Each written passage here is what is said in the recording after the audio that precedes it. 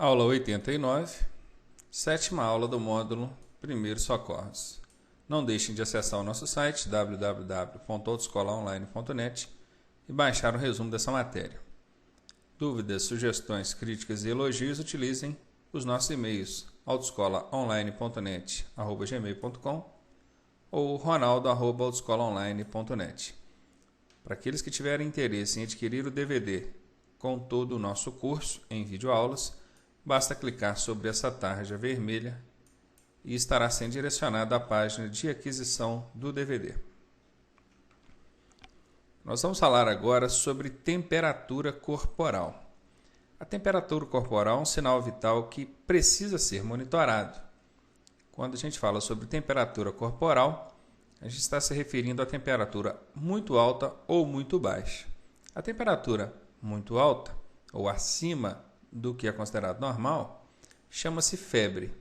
E a temperatura abaixo do que é considerado normal chama-se hipotermia. E o que é normal? Normal é qualquer temperatura que esteja entre 36 e 37 graus. Se a temperatura da vítima deu entre 36 e 37, isso é considerado normal. Acima de 37, chama-se febre. Abaixo de 36, chama-se hipotermia. Febre todo mundo conhece, já ouviu falar, é um termo muito comum, muito usual. Hipotermia já não é tão comum, já não é tão usual. Eu só chamo a atenção pelo seguinte: termia. Termia, o finalzinho da palavra. Vem de térmico, ou temperatura. E esse prefixo hipo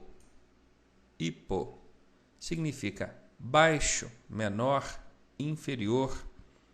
Então, essa é a junção de um termo com um prefixo, ou de duas palavras, ou formando uma palavra. Hipo, de baixo, né?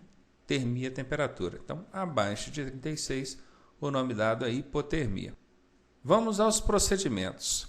Em caso de febre, que é temperatura acima dos 37 graus, você deve desagasalhar a vítima. Veja, desagasalhe a vítima. Desagasalhar é o contrário de agasalhar. Uma vítima com febre, qual é o problema dela? Excesso de temperatura. Excesso de temperatura. Se você agasalha a vítima, você não estará contribuindo de nenhuma forma para que a temperatura dela volte ao normal. Claro que a vítima com febre, ela vai ter a sensação de frio, porque o corpo dela está muito quente, acima da temperatura normal do ambiente, e ela vai ter a sensação de frio. Mas não é correto, não é adequado que você agasalhe a vítima para satisfazer a vontade dela. O ideal é que você desagasalhe a vítima. Se possível, dê banho de imersão na temperatura corporal. Banho de imersão na temperatura corporal. Claro que lá na pista, na via, onde um acidente vem acontecer, você dificilmente vai ter como dar um banho na vítima. Você pode substituir esse banho por compressas frias que serão aplicadas na testa, axilas, pescoço da vítima, contribuindo para que a temperatura dela baixe. Quando eu disse banho de imersão na temperatura corporal, por quê? Porque é muito comum em casa a gente usar o procedimento de banho frio. Dá um banho frio que a temperatura abaixa. Sim, abaixa, mas abaixa de forma brusca. E isso é arriscado. Não é adequado, pelo menos para o socorrista leigo. Um profissional certamente não teria problema em utilizar essa técnica, mas você, socorrista, não vai dar banho frio na vítima. Não é adequado fazer uso de banho muito frio ou muito quente. O correto é banho na temperatura corporal. Claro, nenhuma medicação deve ser aplicada à vítima ou oferecida à vítima. Mas em casa eu uso um antitérmico.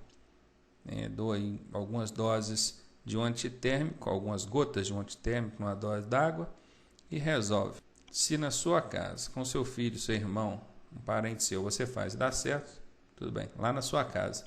Agora, com a vítima, em hipótese alguma, você vai dar ou oferecer qualquer medicação. Quando a temperatura corporal está muito baixa, levando então o nome de hipotermia, a temperatura está abaixo dos 36. Os procedimentos são: agasalhe a vítima. Agora nós vamos agasalhar a vítima. Manter a vítima aquecida. Em nenhuma hipótese, ofereça medicamentos ou bebida alcoólica. Já vi. Pode parecer inacreditável, mas eu já vi pessoas oferecerem dose de conhaque para uma pessoa ou uma vítima que esteja com hipotermia. Tome uma dose, um copo de conhaque, que a sua temperatura sobe. Claro, né, gente? Brincadeiras à parte, isso não é procedimento a ser adotado por um socorrista. E para finalizar esse assunto aqui da temperatura, só lembrando, já foi falado no início do nosso curso de primeiros socorros, a temperatura corporal é um sinal vital que não tem variação, não sofre variação no que diz respeito à idade da vítima. Por que eu digo isso?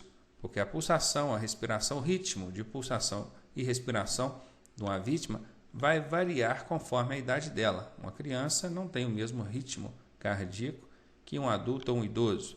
Respiração da mesma forma. Agora, a temperatura corporal não segue essa regra. A temperatura corporal vai ser a mesma. Variação entre 36 e 37 graus, desde o dia que a pessoa nasceu até a sua terceira idade ou melhor idade, claro. Ainda nessa aula nós vamos falar sobre lesões na coluna. Por que as lesões na coluna são tão abordadas em treinamentos de primeiros socorros? Imaginem, a coluna, a espinha dorsal da pessoa, do ser humano, ela é composta de ossinhos sobrepostos. Se eu não me engano, 32 ossinhos ou 33, não tenho certeza, sobrepostos. Uma lesão óssea é um risco, representa um risco, mas ainda não está tudo perdido. O problema maior é quando a medula, que está dentro da espinha dorsal, é atingida. Por isso que muitas vezes no acidente de trânsito, a pessoa tem ali um deslocamento numa vértebra da coluna ou até mesmo uma fratura óssea, mas ainda não atingiu a medula, portanto, ela ainda tem chance de ser socorrida de forma adequada, sem que tenha traumas em razão dessa lesão. Para diagnosticar esse tipo de lesão, provoca estímulos físicos na vítima, testando a sua capacidade de mobilidade e sensibilidade. Por que eu digo isso? Uma pessoa que tenha sofrido uma lesão na coluna vai apresentar dificuldade em mobilidade e sensibilidade. Então você pode pedir para que a pessoa movimente os pés ou as mãos, ou mesmo provocar estímulos físicos, como beliscões, cutucar com a caneta na sola do pé ou na palma da mão, para ver se a pessoa tem sensibilidade. Pode acontecer da vítima perder a mobilidade e ou a sensibilidade nos pés ou membros inferiores, pernas, preservando a mobilidade e a sensibilidade dos membros superiores, que são braços. Por quê? Porque a lesão atingiu uma vértebra mais baixa da coluna, provocando então um trauma nos membros inferiores somente. Agora, se a vítima apresenta dificuldade de mobilidade ou perda de sensibilidade nos membros inferiores e superiores, que são pernas e braços, certamente essa lesão atingiu uma vértebra mais alta na coluna. Região cervical, que é a do pescoço, ou dorsal, está logo abaixo da região do pescoço. Caso a suspeita se confirme, imobilize a região do pescoço, conforme mostrado aqui nas imagens, utilizando para isso um colar cervical. Já vi perguntar em prova, não foi nenhuma, nem duas, nem três vezes, para que serve um colar cervical? Aí, dentre as alternativas, tinha lá imobilizar a região do pescoço, imobilizar os pés, dificultar o movimento das pernas. Por incrível que pareça, tem gente que não sabe que um colar cervical é para imobilizar o pescoço.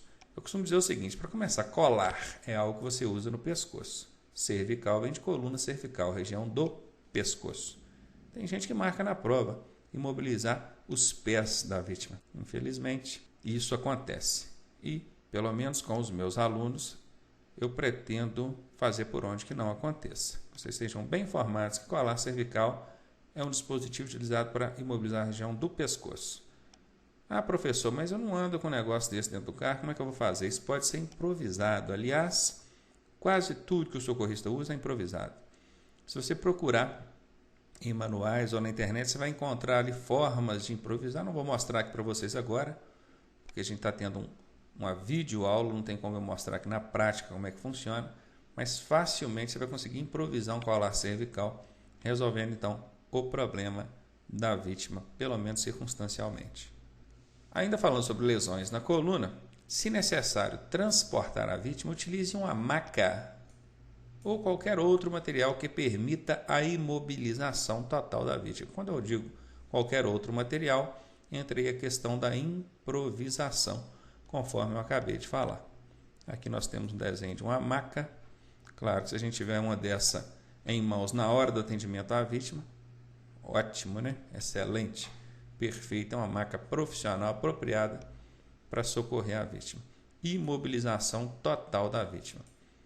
Lembrando que o adequado é não retirar a vítima do veículo, não movimentar com a vítima, não transportar a vítima, a não ser que em última instância isso seja comprovadamente necessário. Tenha muito cuidado, pois uma lesão na coluna pode deixar a vítima permanentemente paraplégica.